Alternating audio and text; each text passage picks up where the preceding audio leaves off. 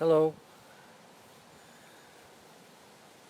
I've been thinking about, it keeps coming up for me, soft strength. Be soft, Miguel, and be strong. Seems like this is all about that, this divine dance of the masculine and feminine. The energies within ourselves I'm talking about. I'm not talking about man and woman. I'm talking about the masculine energy principles, the yin and yang, the anima and the animus, that which is inside each of us. And yeah, life keeps asking me, Miguel, step up, be strong, get shit done, be proactive, gather your resilience, gather your perseverance. Do what you came here to do. Speak your truth. Be the fullness of who you really are. And sometimes that means pushing through the resistance. Our over-anxious, egoic parent voice in our heads telling us, whoa, don't do that, that's not safe, that's not familiar, that's not known. But also be soft, be gentle, be kind, rest,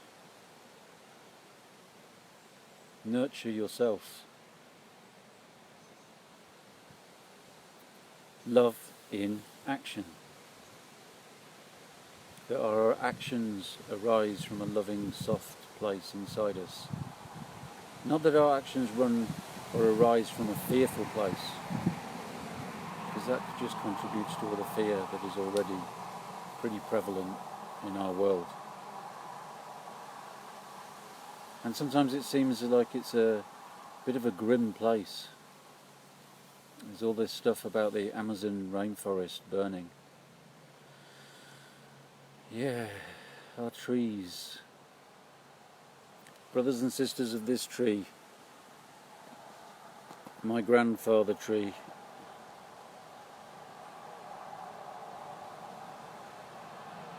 And it seems a bit crazy. And these cries for save the planet, save the planet. But I believe that the planet will be okay.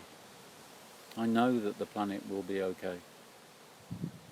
It's not the planet that needs saving. It's humanity that is in an interesting place. On the edge. We have a choice of how this transition happens, because one thing that is certain is that in life everything changes. Society never stays the same. And there are changes coming. And we can feel them. We see the rumblings of it already. We feel it.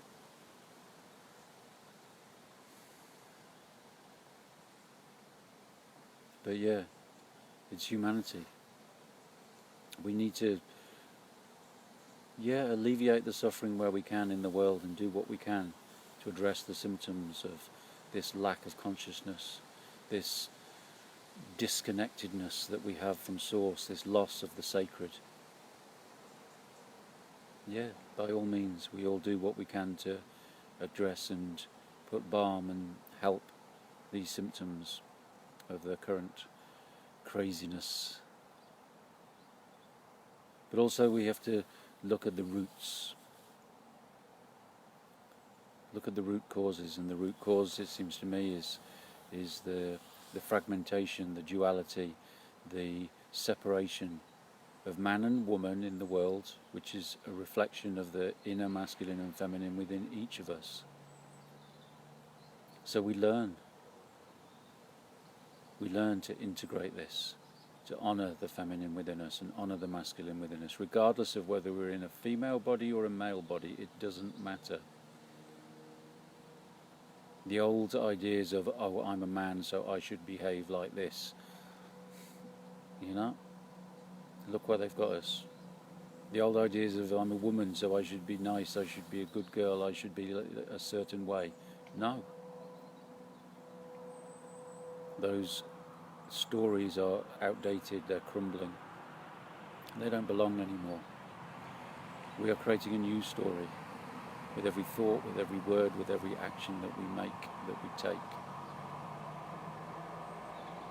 It's time for us to become the mother and the father to ourselves that we wish that we always had, because that is the way that we make peace with our inner child, and we reassure them, and we dissolve those old timelines from the past.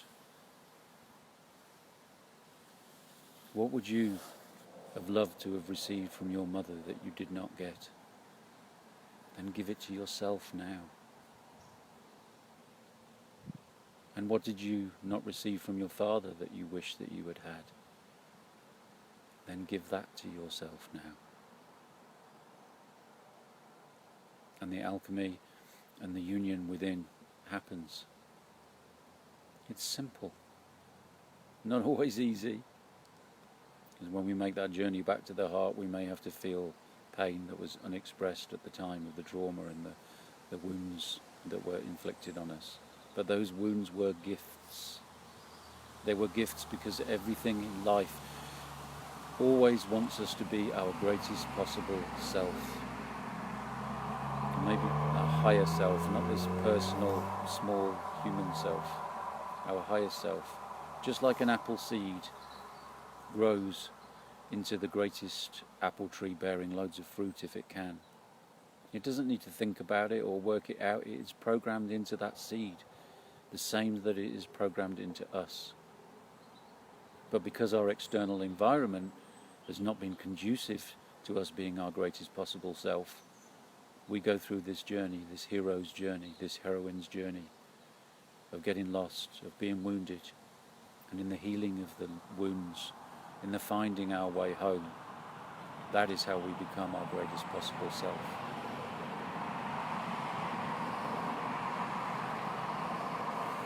It's never too late. It's never too late, because the journey is the destination. We go round and round the spiral and we feel like we've done everything that we need to heal a certain wound, and then something else comes up and we go, oh wow, there's another layer. When I was in Scotland one time, I was working as a labourer and I had to put some foundations in an old Scottish croft.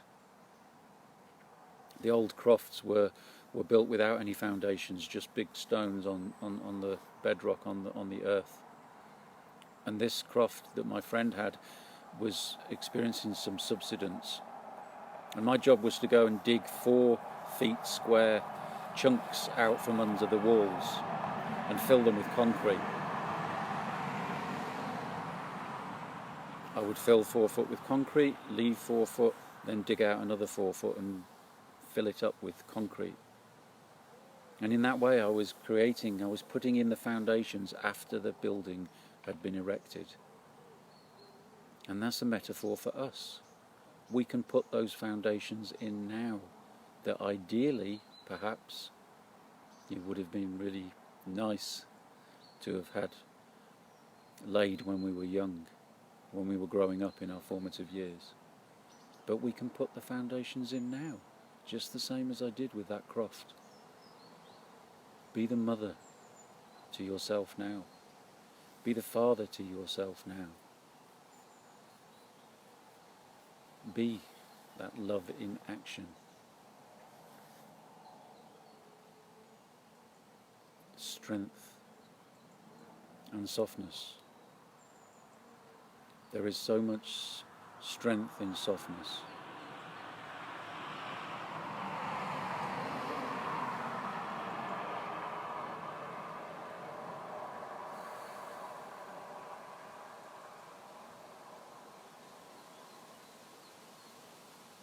And this is the way that we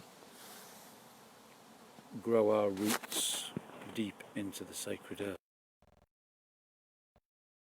Roots, like these roots of this tree, all mossy and beautiful. They go down, down, down. Such strength.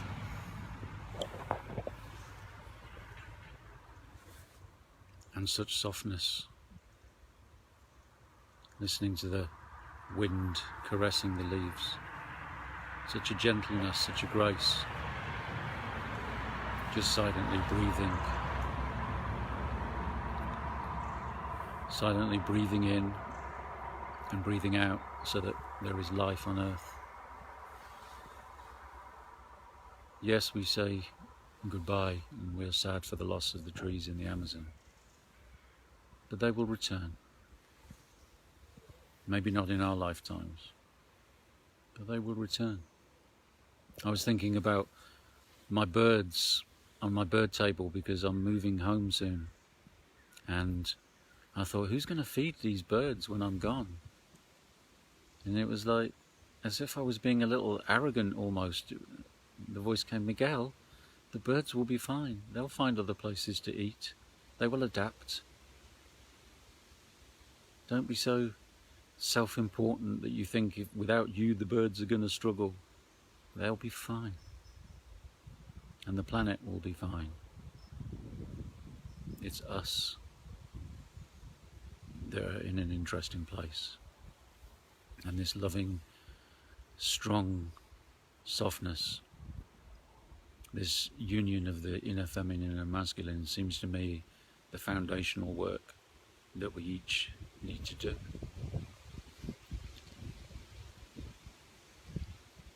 So if you would like some help on that journey, then do get in touch and we can schedule a sacred masculine healing session, because that's what the work is all about.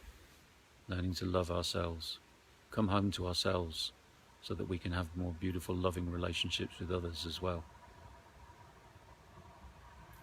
So I'll say goodbye. Another Facebook Live on planet Earth. This time with my grandfather tree, the beech tree.